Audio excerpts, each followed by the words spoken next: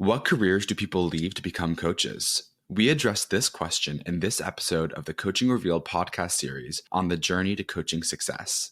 I'm one of your podcast hosts, Austin Matzelle. In this episode of Coaching Revealed, a panel of IOC coaches, including Jan Levine, Laura Gates, Steliana van der Rijt-Economu, and Vicky Essebag, are interviewed about their transition from outside industries into the field of coaching. Today's panel arrived at the field of coaching from a wide range of backgrounds. Jan coming from law, Laura from banking and tech, Steliana coming from organizational development and energy, and Vicky coming from education and family therapy. Whether it be an evolution of one's current career, alignment with personal values, or motivation from one's passion, the group aligns on the field of coaching being the right next step for them in their career. Our panel talks about the struggles of creating a coaching business, which, like other entrepreneurial endeavors, involves a lot more work than one might imagine. Pitfalls such as comparison are introduced as traps that can catch new coaches in a spiral, which stops an individual from embracing the journey of stepping into a career as a coach.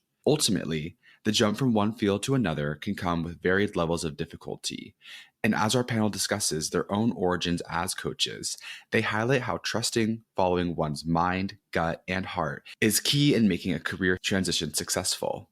Along with this belief, the ability to gather support from individuals outside oneself makes the transition even more attainable.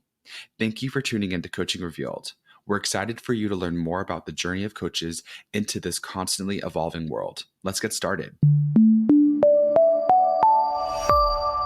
Hello, everyone, and thank you so much for tuning in to Coaching Revealed with the Institute of Coaching. I am very excited to be here with you all with this panel. We're looking at the Journey from Coaching Success series for this specific panel, and this group is looking at a transitioning from outside of the field of coaching into coaching. And we have this absolute wonderful lineup of coaches from the Institute of Coaching. We have Steliana van der Rijt-Economu. And Steliana has a background in working cross-regionally and cross-industries in international companies and has joined the Institute back in 2021. We have Vicky Essebag, who has an extensive background in education as a teacher, guidance counselor, consultant, administrator. Jan Levine, who is an executive coach with experience in litigation and equity. And last but certainly not least, Laura Gates, who is an executive coach who works a lot with the Silicon Valley's top tech companies, including Google and LinkedIn, and with VCs as well. I certainly can't do the introductions as well as they can, so I'm really excited for you all to meet everyone. Perhaps we'll start with you, Steliana. Would you care to share a little bit more about yourself and how you found coaching? I found coaching in my previous job where I was organizational development advisor for Shell International back in Europe. I found it through serendipity. It was during a leadership development training I was giving, and the coach got sick. So I was asked to step in. I'm a leadership systemic team coach. I work with individuals, mainly working parents, mainly due to my first book, Mothers as Leaders. But I also work with teams, and I help them to develop and have a better impact on their environment. Most of my clients are from, especially the teams, the corporate world, oil and gas, energy, financial services. But I'm really thrilled that through Mothers as Leaders, I get different type of clients. So I have fathers, mothers, and the last group I had, there were actually 12-year-old girls who learn how to manage their emotions and develop personal leadership. That is amazing. Thank you so much. It's great to have you here. Vicky, how about you? My background is in education and family therapy. I grew in the educational system, and while I was doing that, I was also working as a part-time therapist and also becoming very enamored and trained in solution-focused brief therapy, which I sort of adapted as a communicative model that can really support educational environments. So my work is basically to teach systems, schools, teams, teachers, administrators, families. I do a lot of mentorship in how they can develop and transform their relationships using solution-focused communication. That's absolutely fantastic. Thank you, Vicky. And Laura, you're next on my screen. Yes, thank you so much. And like Steliana, I've worked in the energy industry. Shell has been a client for many years. I started my career in banking on Wall Street, realized fairly quickly that that was not my cup of tea, and actually went to, at the time, was like a career counselor. I think today we would call that a career coach. So a lot of my coaching, my early coaching experience came for my own needs of trying to pivot a career from Wall Street to something else. Thanks to that coaching, I ended up moving to California and starting a marketing and PR business in the .com era. Thanks to another coach, I ended up going to a leadership training program in San Francisco that turned into my next job, which was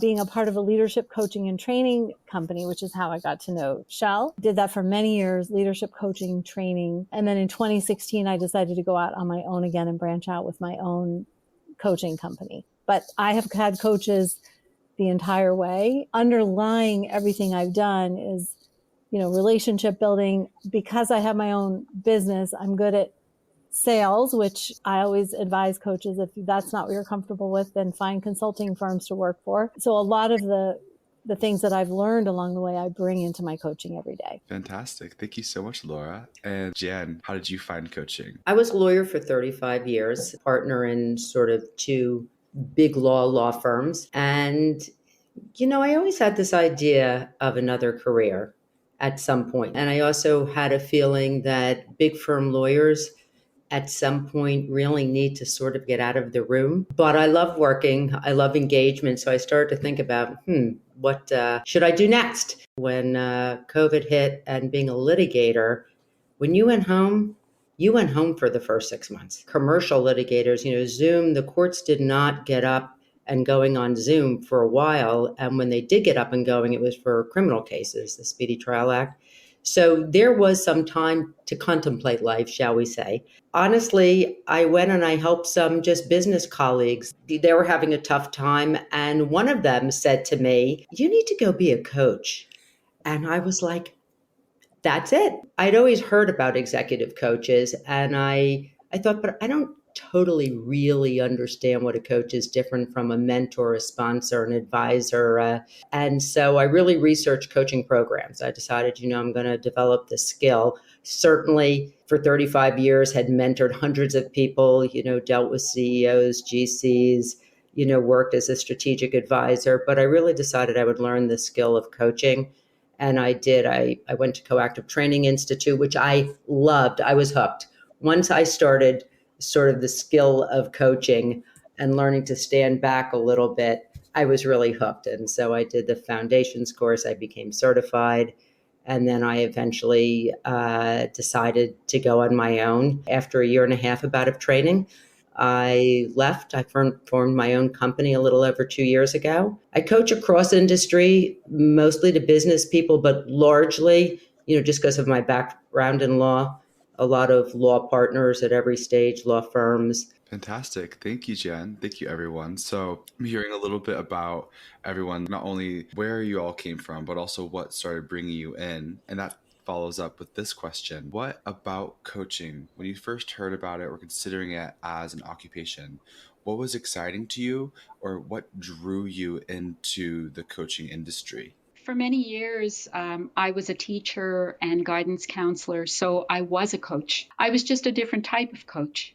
And so for me, the coaching that I do today is an evolution of the coaching that I was doing at the very beginning. Now it's very targeted. It's become very targeted to support systems and teams in workplaces, in schools, and to support and to continue supporting families using solution-focused structures and communication. I really grew into the coaching that has happened today, very much like Jan.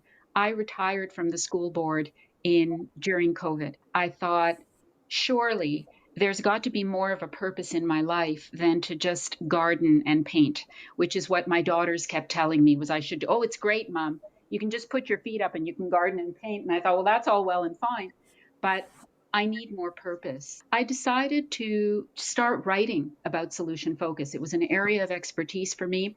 And I started writing a couple of articles, and the articles turned into a book. I actually targeted to parents, counseled and supported and coached a lot of families and parents in my career. I really didn't teach them the skills that they could use at home to really build those relationships with their families, especially when they're experiencing challenges. And while we know that parenting is beautiful, we also know that it can be very challenging. So I wrote that book, and that for me was the start of my business, of a new business. So for me, Austin, it wasn't about finding coaching.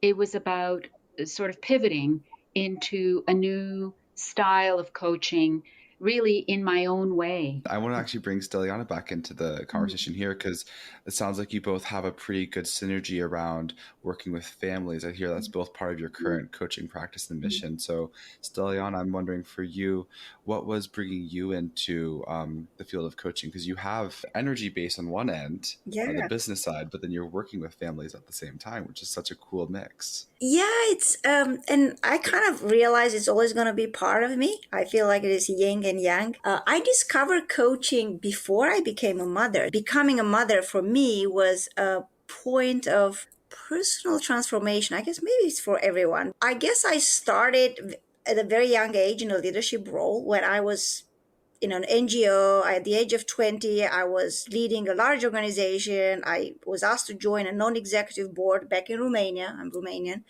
And I realized at the age of 21 how important it is to have good leadership. And that stayed with me through all my early career. When I joined in Shell, I was very ambitious and I wanted to be like a good leader. And then I work in leadership development and you progress. But then I kind of realized when I became a mother, to get to your point, is that leadership is more than what you project, the way you lead other people. It's a lot of internal work.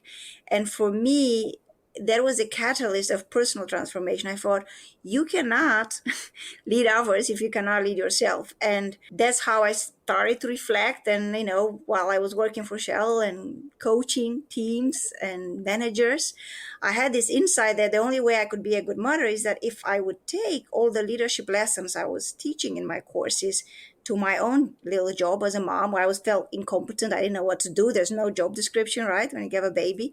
So I started to write that book, Mothers as Leaders. Surprisingly, like Vicky, like you said, it became the catalyst for me to start for myself.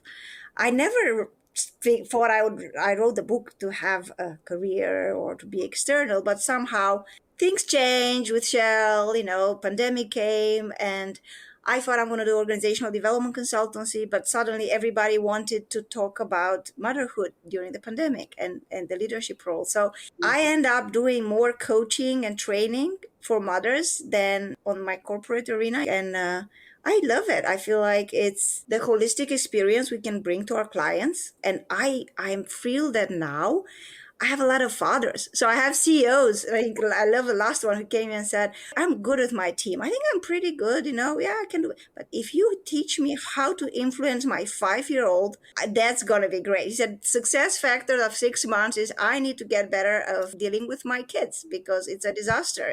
When my wife is not at home, I feel like terrible. And I felt like this is how we can bring, for me, it was just bringing that experience with, parenting and kind of a hard CEO job when, you have 150 people reporting to you.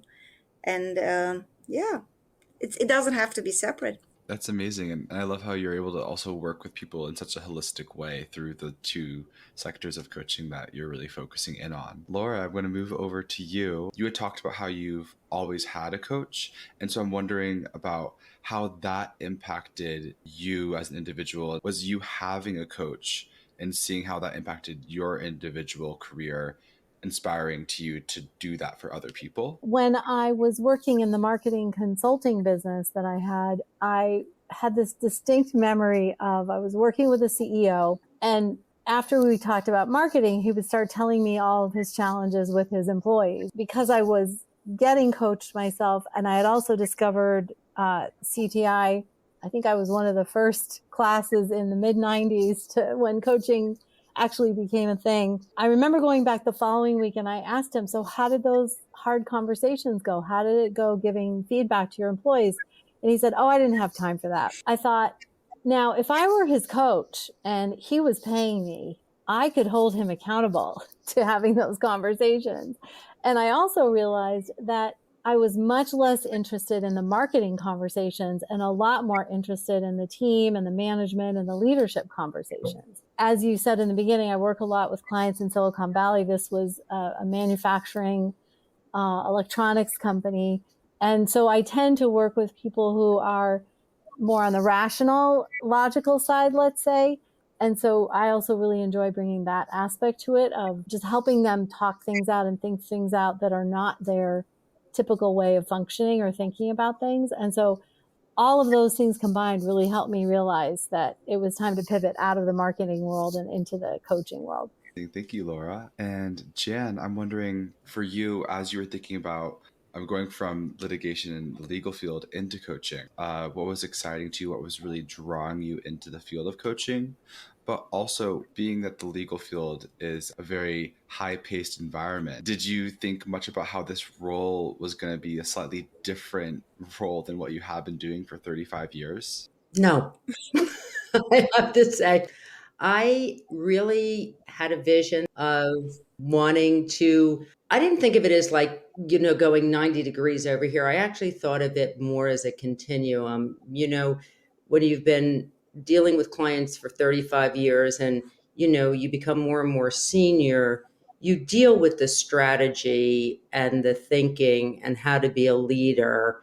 And that's what really got me more excited. I always, talk to my teams about, yes, you handle the piece of litigation, you hopefully win or you settle well, but the real value to a client in addition is, all right, let's talk about what went wrong, even though we won. How could we make it better? That's like the value. And that got to be more and more of a value for me as I got more and more senior and grew teams. I was also very aware that if at a certain age you don't start getting out of the room, you squish the next generation. It's kind of like being a mom. You can't tie your kids' shoelaces forever, even though you want to. I did have this vision, but I must say during COVID, and I taken CTI and I started doing that imagery, which I thought in the beginning when I was being trained at CTI was a little hokey. Oh my God, it really helps. And I had this image of Virginia Woolf and a room of one's own. I don't know how that came in. I had this image of Virginia Woolf, a room of one's own. And I just had this vision of a new office with a red wall. I do have a new office. It doesn't quite have a red wall, but it has very interesting art that's got some red in it. I thought of it as a transition. And honestly, while I was being coached myself, going through CTI, doing 360s, like I had my whole team do 360. I had every associate evaluate me. I had every partner that I worked with. And I learned so much. I said, oh my God, why wasn't I coached at 40? I would have been a much better lawyer, team leader. I figured out in my, late 50s, early 60s, all of this way to really lead. So I've worked on that. I mean, one thing that I love about coaching is the constant learning. When I'm not coaching, I'm taking a course or I'm reading a book or I'm thinking about this. People always say, well, how many hours do you work? Are you working as much as a lawyer? And I said, you know what? I don't really consider it work. I love talking to people. I love the clients. I love seeing the transition. I deal a lot with fear. I'm a big believer of people try to get rid of fear rather than kind of make friends with it. You just don't want fear to stop you. It's not like you have to rid your body of it. Like we all have fear. It just opened up for me. I was worried about leaving law. I had my husband said to me, okay, Jan, I'm sure that skill-wise you'd be a great coach, but let's be clear about something. You've had a secretary, you have a team, you have associates, you have paralegals. You do not know how to turn on that computer for yourself. I said, you happen to be correct. So honestly, I looked at my daughter and I said, you will give me 15 hours with no eyeball rolling and you will teach me how to use a computer. And we went out. She said, okay, but you have to buy me a new Mac and we're buying you a Mac.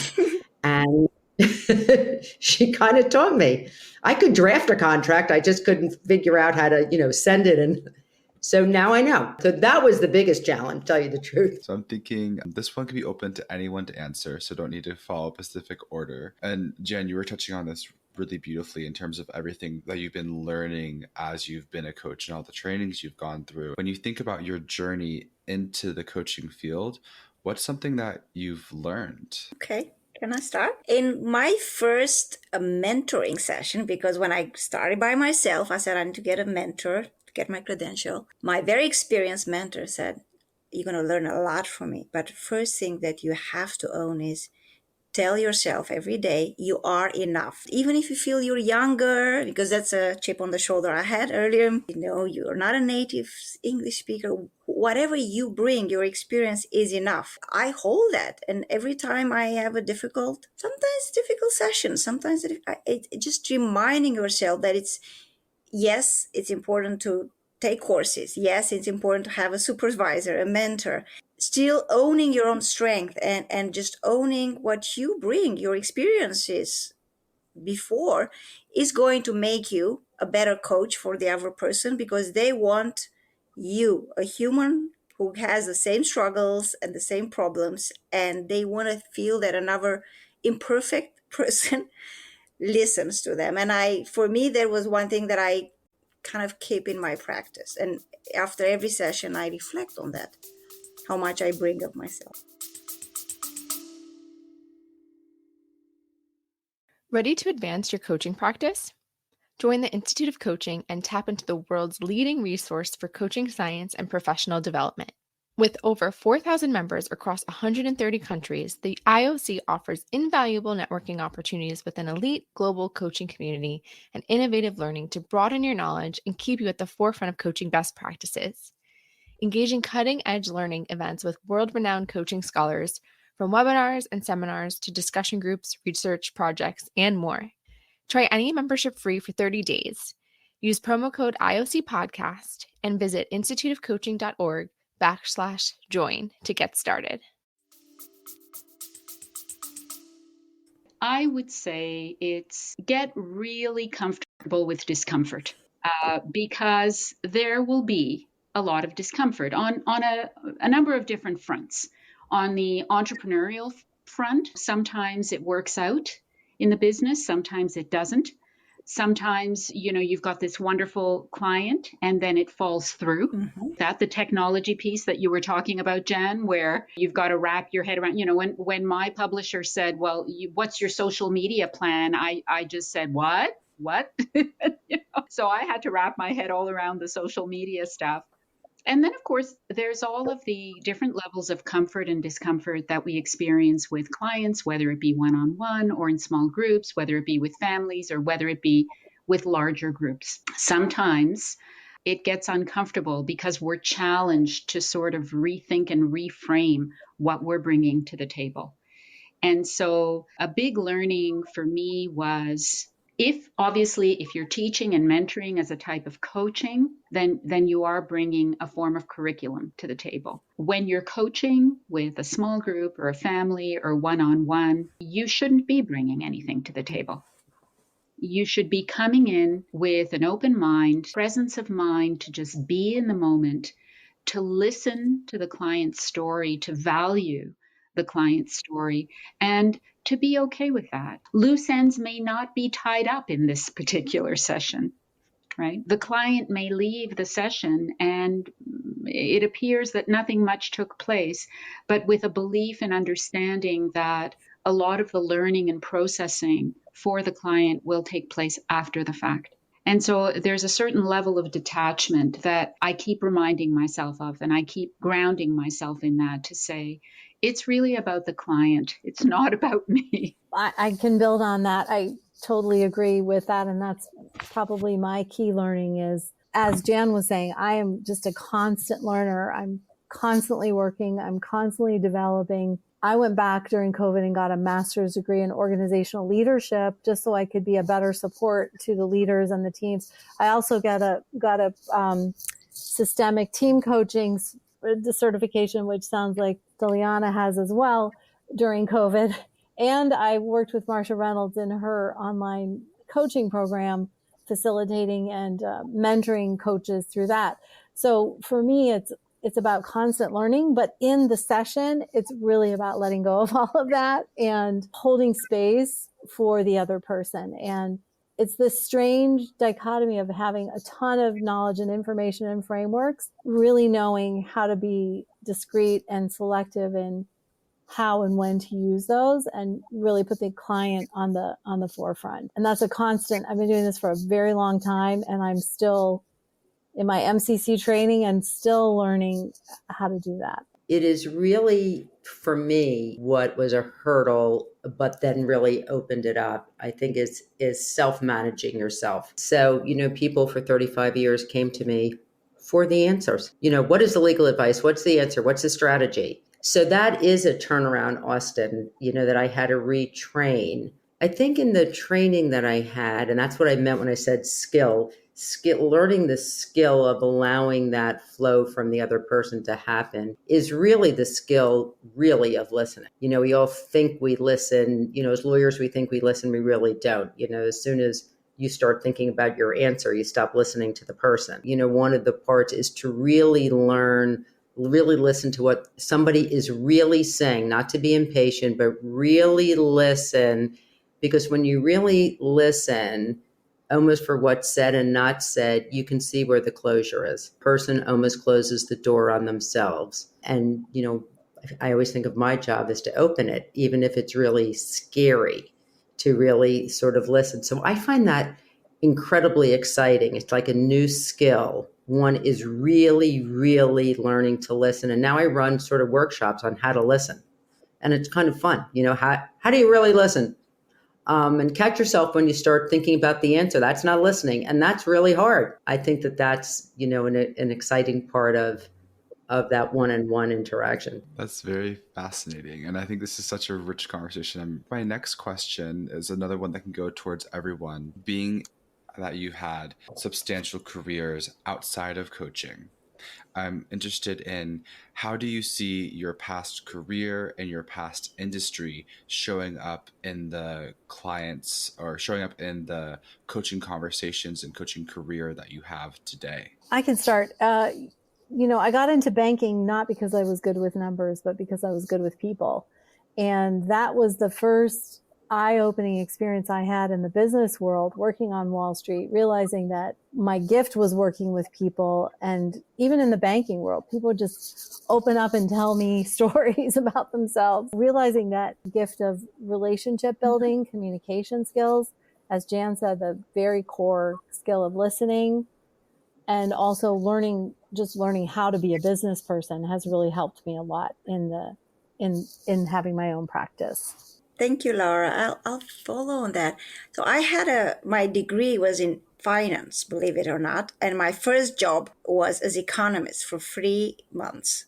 After which I resigned and I figured I have to work with people. I spent 6 years studying numbers and MBA, project management. And that language really helped me when I was an internal coach at Shell, because I felt I didn't have to walk away from the room when people were talking, profit and loss, cash flow, all that. For me, there was a language I could recognize, and I could, ask questions, and I could kind of go into their world. So there was one element. And then when I transitioned from being an internal coach and organizational development consultant into being kind of independent, the first years, I'm not going to lie to you, the first 2 years, I said, I'm not going to be in any change management project. I need to unlearn. I'm done with that. It's all going to be about one-to-one. But I quickly learned that it's part of who I am. And kind of, you need to take your experience with you. And yes, I had to unlearn the desire of mapping up organizational systems in one-to-one conversation. As part of my PCC accreditation, I had to unlearn a lot of stuff, from the team coaching to adapt to one-to-one. But it's 3 years later now, I feel it's coming back.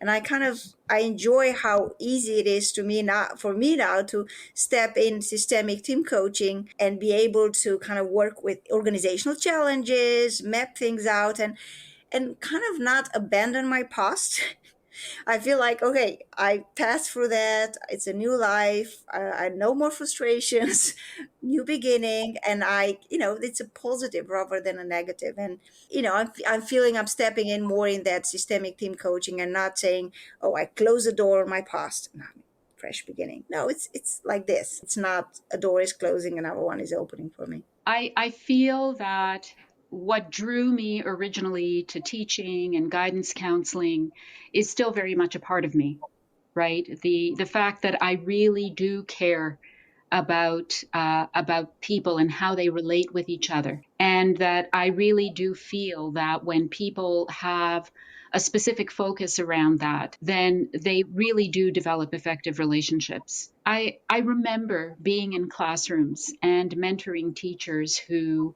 had essentially lost sight of their students, or they had students who refused to come to school. And I would work with those teachers and I would work with those students and really help to turn that around.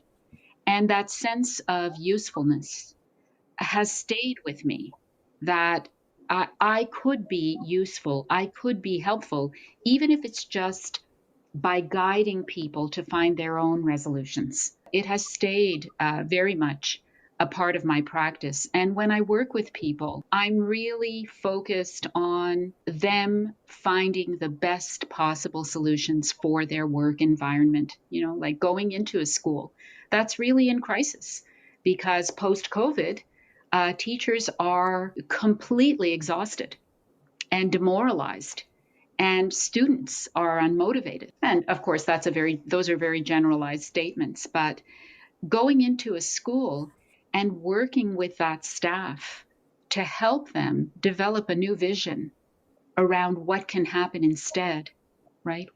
Instead of getting mired in the problems and in the realities of the day-to-day struggles, to ask them, what are your best hopes? If things were different, what would be better? And how could you affect that change? And what is a way to start? And as soon as I begin communicating with a staff that way, the tone changes, everything changes. Principals who have not been able to make any headway with their staff are instantly finding change, even in the next day or two. Being able to support that type of change, it is and will always be extremely, I don't know how to say, just wonderful. Just a feeling of wonderment and a feeling that I can make a difference. I guess for me, there are two ways. One is, how did law sort of help a coaching business? It's sort of two. One is substantive, and then one is sort of business. I guess substantively, lawyers are trained to get a lot of distraction out. People will talk at you and there's all these issues and you're always thinking, yeah, what is really the issue?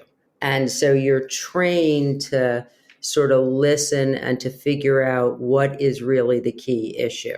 In coaching, when I coach a lot, I can almost see cobwebs, how, someone could take a broom and take the cobwebs off. It comes in rumination and you can just see it happening.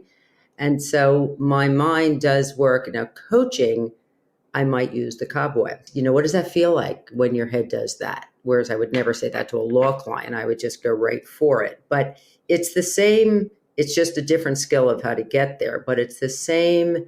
What is really holding back? And also, one thing that I do coach a lot on is executive presence. Rather than make yourself smaller, how to open up this way. I've been trained to do that. And so that training is definitely helpful in coaching and in leadership coaching. But executive presence, which is very complicated, I think I have a real background in. I think putting the substance side business-wise, sometimes, it's scary to go into your own business and, sometimes you get lots of clients and then sometimes you don't. I think I've been up and down and you kind of learn, hold your breath, breathe, it's going to be all right. And I think, after decades of this, I kind of know how to, take a deep breath, go work out.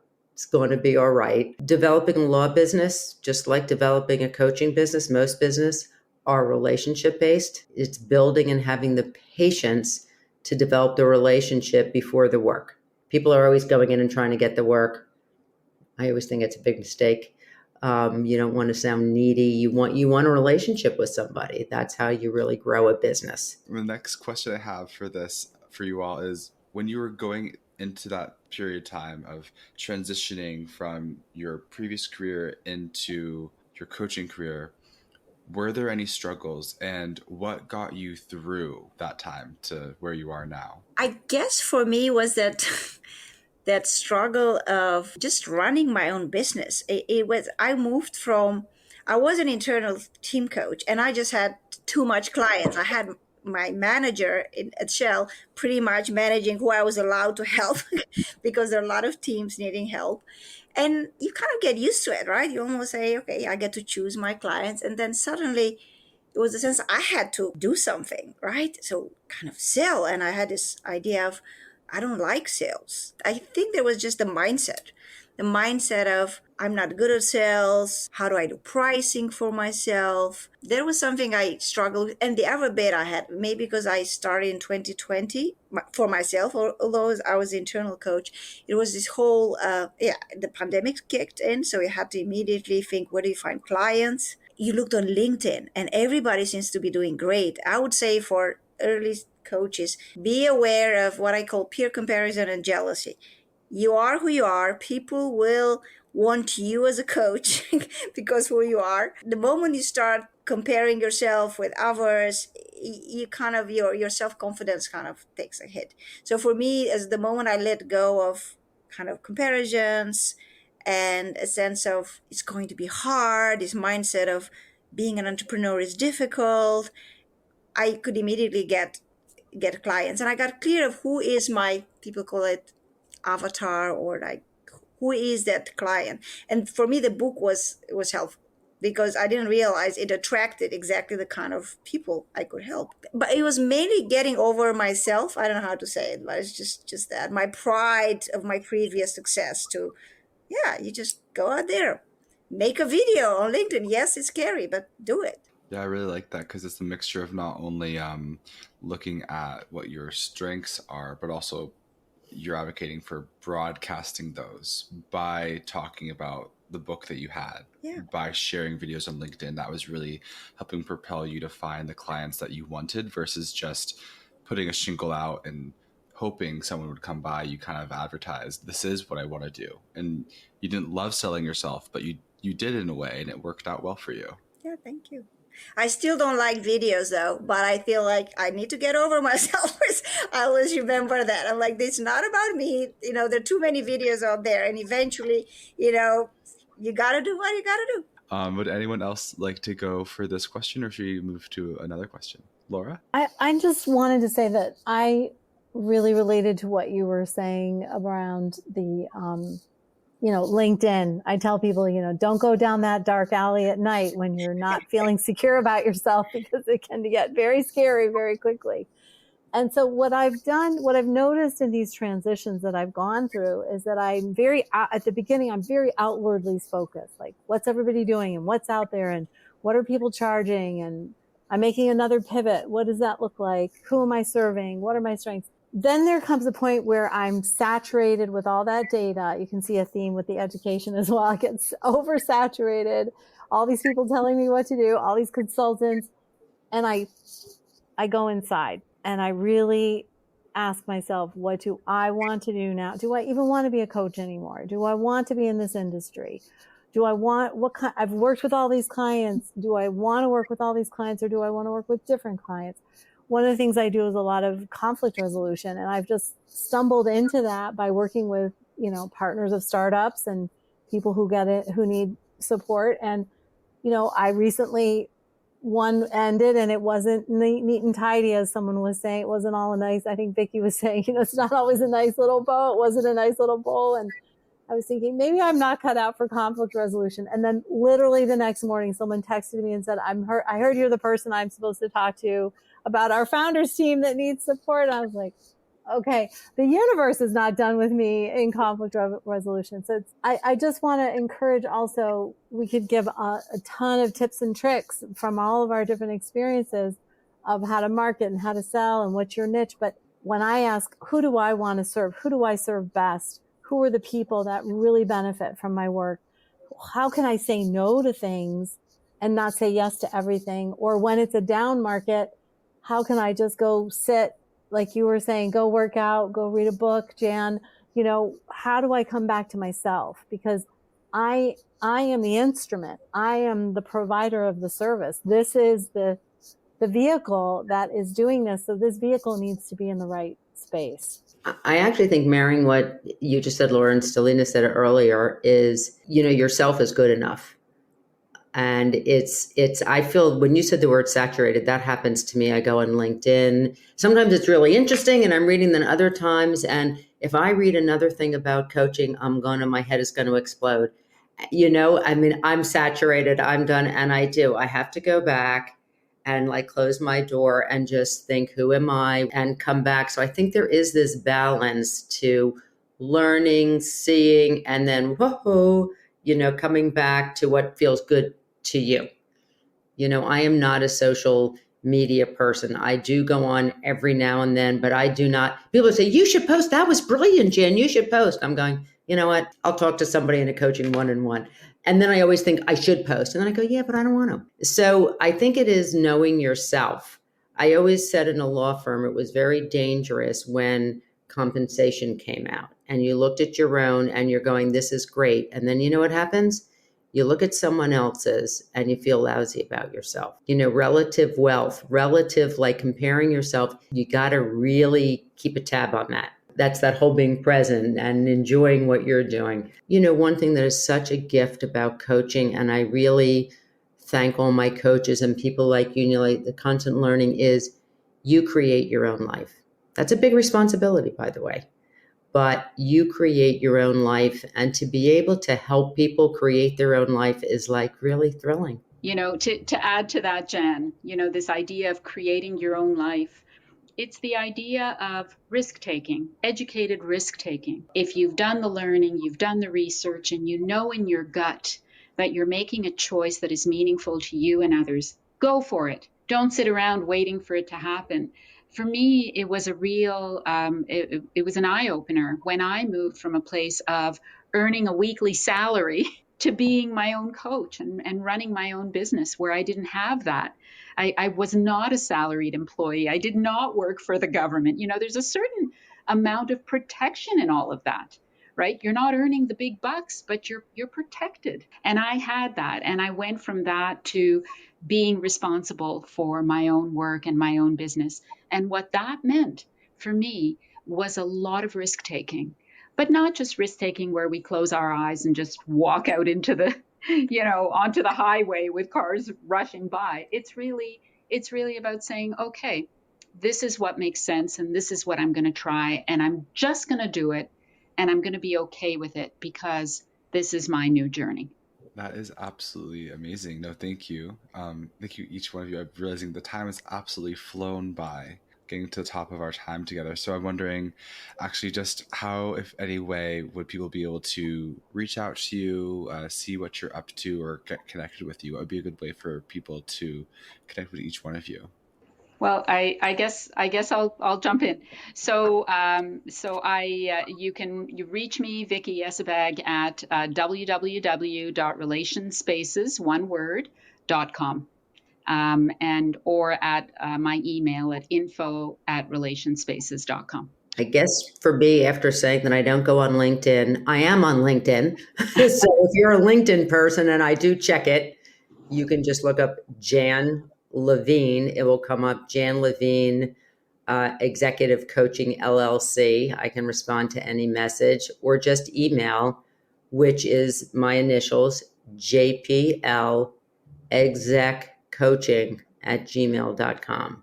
2 C's, execcoaching@gmail.com. Yeah, if I can go next, you can reach me on my email, Steliana, Steliana, at mothersasleaders.com. And you can also look up my blog, mothersasleaders.com. And yeah, I'd love to be in touch. I'm also on LinkedIn. And so that's a great place to reach out to me. Laura Gates, Gates Group Consulting. LLC. And same with my website, Gates Group Consulting LLC. So be happy to chat with anyone who reaches out. Yeah, I want to thank you all again so much for coming to today's conversation. This was such a rich conversation. As an institute, we're really lucky to have you all as members. And I'm personally very glad that you've all made the transition from your respective fields into the coaching industry. And I know you do so much good work for all the clients you work with. So I just want to thank you all again so much for the conversation today. And I look forward to more conversations with you all in the future. Thank you so much. Thanks, Austin. Thank you. you. It's been a pleasure. It was our pleasure.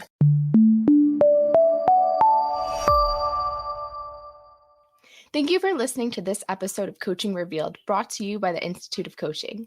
You can learn more about the Institute on our website at instituteofcoaching.org. You can stay up to date with new episodes of our podcast by liking and following Coaching Revealed. You can also find us on social media on LinkedIn, Instagram, and X with the handle Institute of Coaching. We also love hearing from our guests, so please reach out to us with thoughts you have on this episode and any questions you have about coaching. Until next time, this is Emily Tarani with Coaching Revealed.